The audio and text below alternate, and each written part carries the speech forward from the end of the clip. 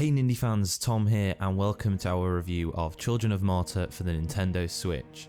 As you can imagine by this point, the term rogue has tired me and many other Switch owners out. Too many good games are let down by weak rogue elements, shoehorned in with little depth in order to try using this buzzword in indie gaming.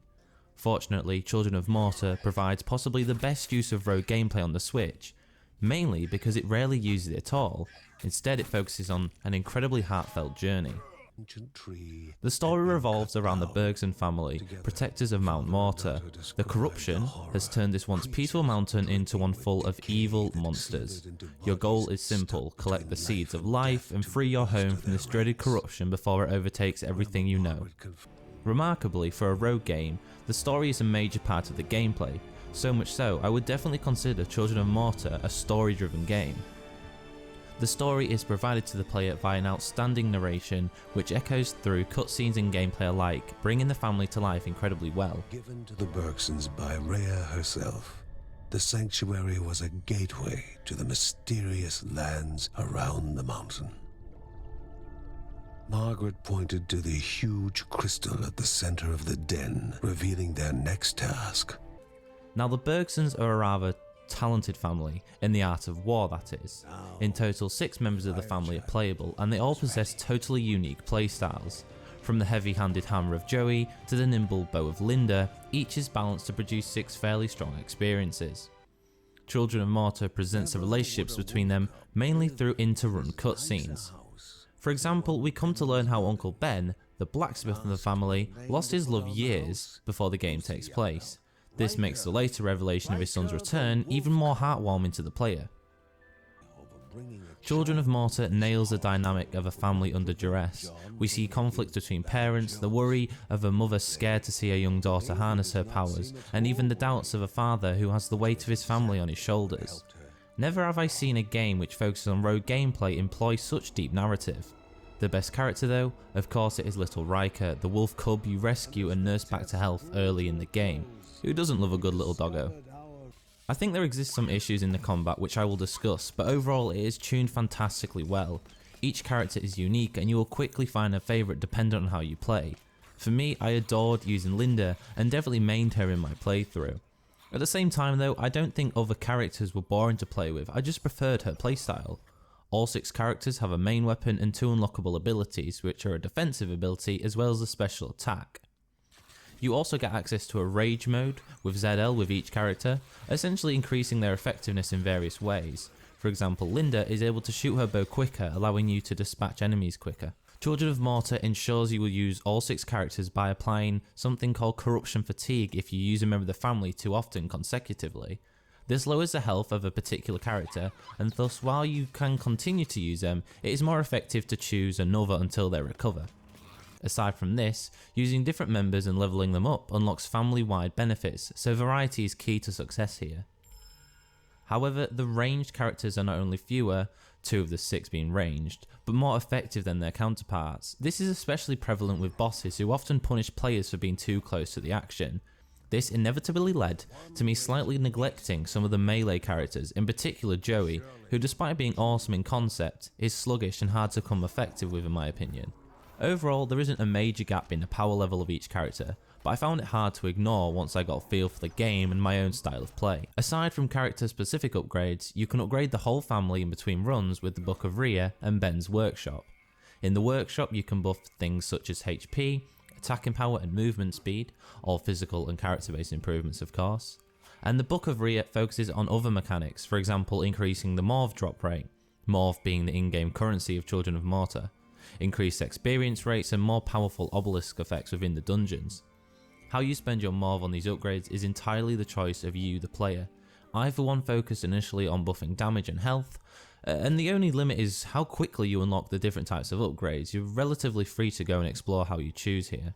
These upgrades apply permanently once you unlock them, unlike the ones you find within the dungeons themselves. So why don't we get onto the dungeons? Well, this is where the core of Children of Morta's rogue gameplay comes in. Each run through any of the numerous dungeons within the game produces a random gauntlet for you to explore, each with different enemies, upgrades to find and routes to the final bosses. Temporary boosts come in the forms of the following.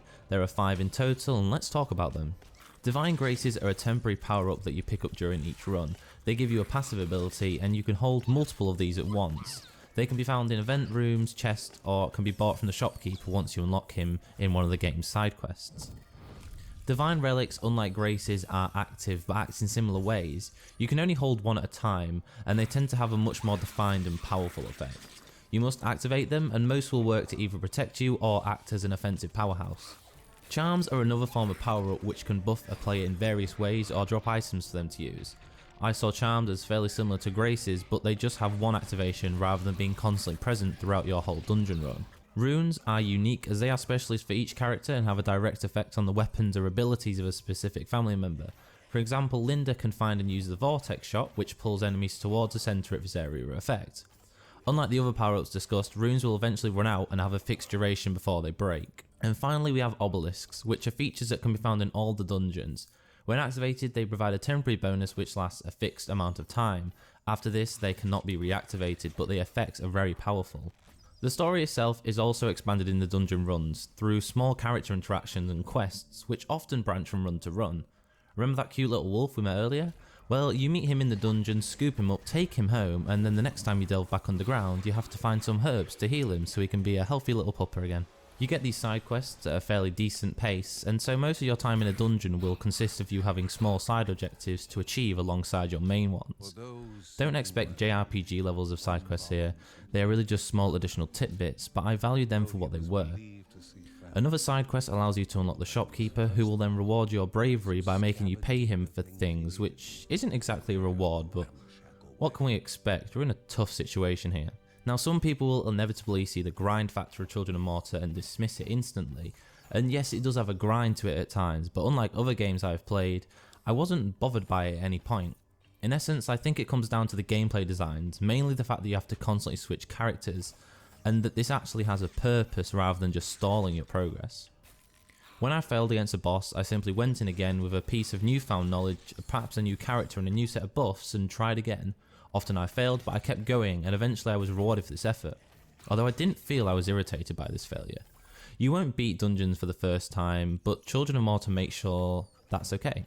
The combat is intense, and the ability to grow stronger is so compelling that fighting the same enemies and collecting all the morph they drop will continue to grip you 10, 15 and 20 hours in.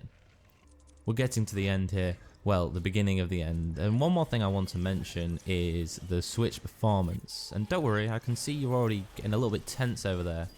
Now, to be fair to Children of Morta, I did encounter a few issues during my playthrough, mainly in some intense sequences of enemy accumulation, although this mainly boiled down to a slight dip in FPS, and the game is still playable during these sections. It won't lead to any cheap deaths, for example.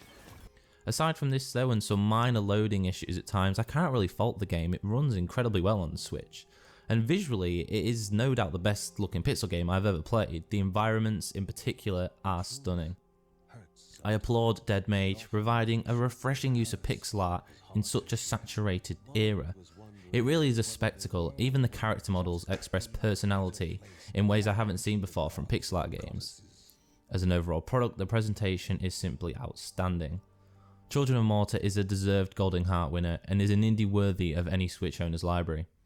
Are you going to pick up this one? Let us know down in the comments and tell us what you think of this review. Stay tuned to Nindie Nexus for all things Nindie, and peace out.